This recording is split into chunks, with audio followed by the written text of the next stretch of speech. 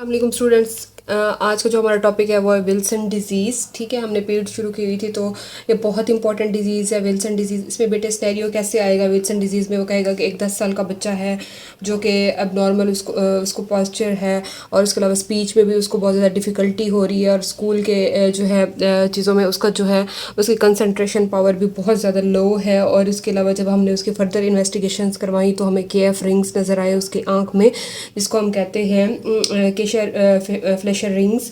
ठीक है, तो उसके अलावा जो हमने फर्दर जब इन्वेस्टिगेशंस करवाई तो जो है HPV HCV और HDV वो भी हमें नेगेटिव नज़र आए। तो बेसिकली क्या हो रहा होता है विल्सन डिजीज़ में बेटे, इसमें जो है एक्सेसिव कॉपर बन रहा होता है। एक्सेसिव कॉपर किस पे बन रहा होता है? वो बॉडी में और बॉडी के टिश्यूज़ वगैरह में। तो उसकी वजह से क्या होता है बॉडी में जो है चेंजेस आना शुरू हो जाती हैं, जिसमें क्या होता है अगर इन केस लीवर में वो अकोमुलेट हो रहा है तो लीवर में जो है चेंजेस आना शुरू हो जाती हैं। लाइक हेपेटाइटिस हो जाएगा, सिरोसिस वगैरह मैं आगे डिस्कस करूँगी। और टिश्यूज़ में भी जो है कॉपर अकोमुलेट होना शुरू हो जाता है। और इसमें बेसिकली हो क्या रहा होता है, इसमें जो है बेटे एक जो है जीन है ATP7 बीटा जीन। ठीक है, अब उस जीन पे जो है क्रोमोसोम नंबर क्या होता है क्रोमोसोम 13, उसकी बेसिकली ये जो है म्यूटेशन हो जाती है, जिसकी वजह से ये डिजीज़ हमारे पास होती है। बेटे क्या होता है क्रोमोसोम नंबर 13 पे जो जीन है उसकी जो है म्यूटेशन हो जाती है, जिसकी वजह से क्या होता है बॉडी में एक्सेसिव कॉपर बनना शुरू हो जाता है। और वही एक्सेसिव कॉपर क्या होता है बॉडी में और टिश्यूज़ में अकोमुलेट होना शुरू हो जाता है। बेटे ये क्या है, ये एक ऑटोसोमल रिसेसिव डिसऑर्डर है। ऑटोसोमल रिसेसिव डिसऑर्डर है जिसमें क्या होता है ये सारी चीज़ें म्यूटेशन वगैरह होना शुरू हो जाती है और कॉपर जो है वो बहुत ज़्यादा एक्सेसिव हो जाता है बॉडी में।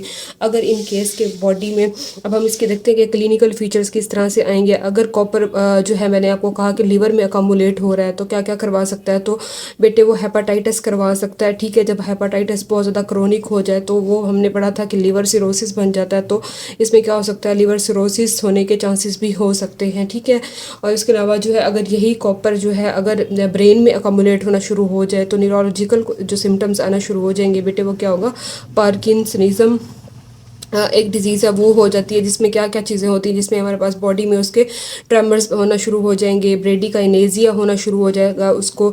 उसके अलावा जो है रिजिडिटी आ जाएगी मसल्स की। ठीक है, तो ये सारी प्रॉब्लम्स आना शुरू हो जाते हैं और उसके जो है लैक ऑफ कंसंट्रेशन हो जाती है उसकी स्कूल की एक्टिविटीज़ में।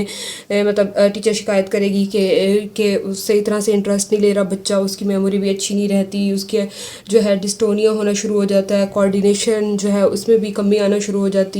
उसके अलावा जो है साइकोटिक प्रॉब्लम्स भी इस बच्चे में हो सकते हैं। अब साइकोटिक प्रॉब्लम्स में कौन कौन से साइकोटिक, मतलब उसमें जो है थोड़ा सा डिप्रेशन होगा, माइल्ड डिप्रेशन का शिकार हो सकता है। और उसके अलावा जो है हमारे पास क्या हो सकता है उसको साइकोसिस भी हो सकता है। तो थोड़े से साइकोटिक प्रॉब्लम्स भी उसमें आना शुरू हो जाएंगे। अगर आई की मैं बात करूँ तो आई में मैंने आपको बताया कि उसमें क्या बनना शुरू हो जाएंगे कि एफ रिंग्स बनना शुरू हो जाएंगे। जब हम स्लिट लैम्प पे उसका एग्जामिनेशन करेंगे तो क्या होगा कॉर्निया के की जो डेस्मिसेंट मेम्ब्रेन है उसमें जो है ये रिंग सब बनना शुरू हो जाएगा ड्यू टू एक्सेसिव कॉपर। तो बेटे उसके अलावा जो है अगर मैं अदर फीचर्स की बात करूँ तो उसमें क्या हो सकता है हीमोलाइटिक एनीमिया भी हो सकता है बच्चे में। तो क्या हमने ये सारे इसके क्लिनिकल फीचर्स देख लिए, जिसमें हमने कहा लीवर में हेपेटाइटिस सिरोसिस हो रही है, न्यूरोलॉजिकल में पार्किंसनिज्म और साइकोटिक प्रॉब्लम्स हो रहे हैं। ये बेटे इसके क्लिनिकल फीचर्स हैं।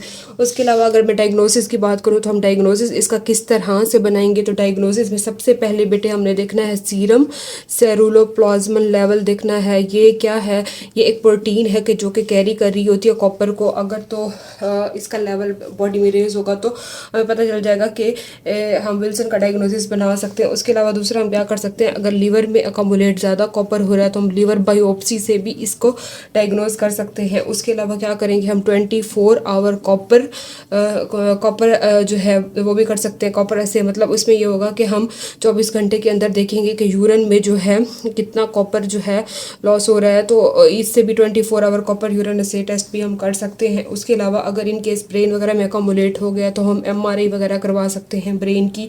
और जो है स्लिट लैम्प पे हम जो है के एफ रिंग्स देख के भी हम अपना डायग्नोसिस बना सकते हैं। तो बेटा ये सारी चीज़ें इसकी डायग्नोसिस में हम सीरम कॉपर लेवल भी देख सकते हैं, तो ये सारी हेल्पफुल होती है हमें डायग्नोस करने में। उसके अलावा जो है अगर मैनेजमेंट की मैं बात करूँ तो किस तरह से हम इस डिज़ीज़ को मैनेज करेंगे, तो जाहिर सी बात है बॉडी में एक्सेसिव कॉपर है, तो हमने ट्रीट करने के लिए क्या करना है, हमने कॉपर को एक्सेसिवली जो है एक्सक्रीट नहीं होने देना, मतलब एक्सेसिवली अकोमुलेट नहीं होने देना बॉडी स्ट्रक्चर्स में। तो हम क्या करेंगे, ऐसी ड्रग्स देंगे जिससे जो है कॉपर अकोमुलेट ना हो बॉडी में। तो हम क्या करते हैं, सबसे पहली जो ड्रग होती है उसमें हम देते हैं उसको पेंसिलामीन।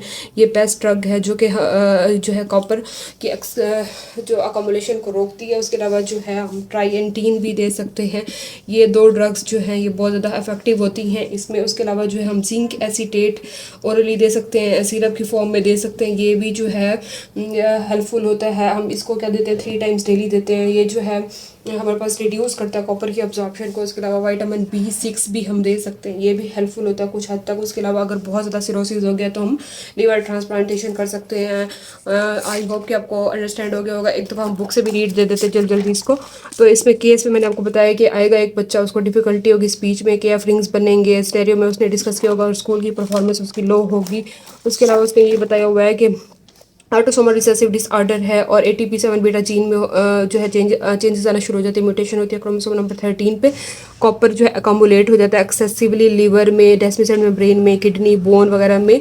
तो क्या होता है क्लिनिकल फाइंडिंग्स में वही एक्यूट हेपेटाइटिस हो गया, सिरोसिस होगा, क्रोनिक हेपेटाइटिस होगा, न्यूरोलॉजिकल सिम्टम्स मैंने आपको बताई जिसमें क्या हो रही थी, उसमें ड्रॉलिंग हो रही थी, बिहेवियरल चेंजेस आना शुरू हो रहे हैं, उसको फिट्स वगैरह थे, उसको जो है उसकी जो है पार्किंसन डिजीज़ थी, उसको गेट प्रॉब्लम्स हो रहे थे। अच्छा, उसके अलावा जो है हेमोलिटिक अनीमिया भी हो सकता है। उसके अलावा जो है रेनल में जो है उसको ट्यूबुलर जो है रेनल प्रॉब्लम्स भी हो सकता है। उसके अलावा कॉर्नियल डिपोजिशन भी हो सकती है डेस्मिसेंट मेम्ब्रेन में। डायग्नोसिस में हम KF रिंग्स देख सकते हैं, हम सेरुलोप्लाज्मल लेवल देख सकते हैं, हम यूरिनरी कॉपर एक्सक्रीशन देख सकते हैं, उसका एलिवेटेड लेवल अगर 100 से ज़्यादा है तो हमें कंफर्म हो जाएगा। उसके अलावा जो है हम लिवर बायोप्सी करवा सकते हैं। अगर इसके DDs की मैं बात करूँ तो क्या होगा, एक्यूट वायरल हेपेटाइटिस हो सकता है, ऑटोइम्यून हेपेटाइटिस हो सकता है, Indian childhood cirrhosis, drug induced hepatitis बेटे, अल्फा 1 एंटीट्रिप्सिन डेफिशिएंसी हो सकती है। कॉम्प्लिकेशंस क्या क्या हो सकती हैं, कोमा में बंदा जा सकता है, डेथ हो सकती है। उसके अलावा जो है लिवर डिजीज़ हो सकती है, न्यूरोलॉजिकल डिजेनरेशन डिजीज़ हो सकती है। मैनेजमेंट में मैंने वही बताया, हम उसको कहेंगे avoid high copper content food, जिसमें कौन सी चॉकलेट्स उसको अवॉइड करवाएंगे, मशरूम्स, फ्रूट्स वगैरह, ड्राई फ्रूट्स जो हैं इनमें कॉपर की कंटेंट ज़्यादा होती है तो हम उनको अवॉइड करवाएंगे। उसके अलावा क्या देंगे, उसको पेंसिलामीन देंगे। उसके अलावा जो है ट्राइएंटीन देंगे, जिंक एसीटेट देंगे सिरप की फॉर्म में जो है 3 टाइम्स डेली, विटामिन B6 देंगे, लीवर ट्रांसप्लांटेशन करवाएंगे और स्क्रीनिंग करवाएंगे। आई होप कि आपको अंडरस्टैंड हो गया होगा। Thank you.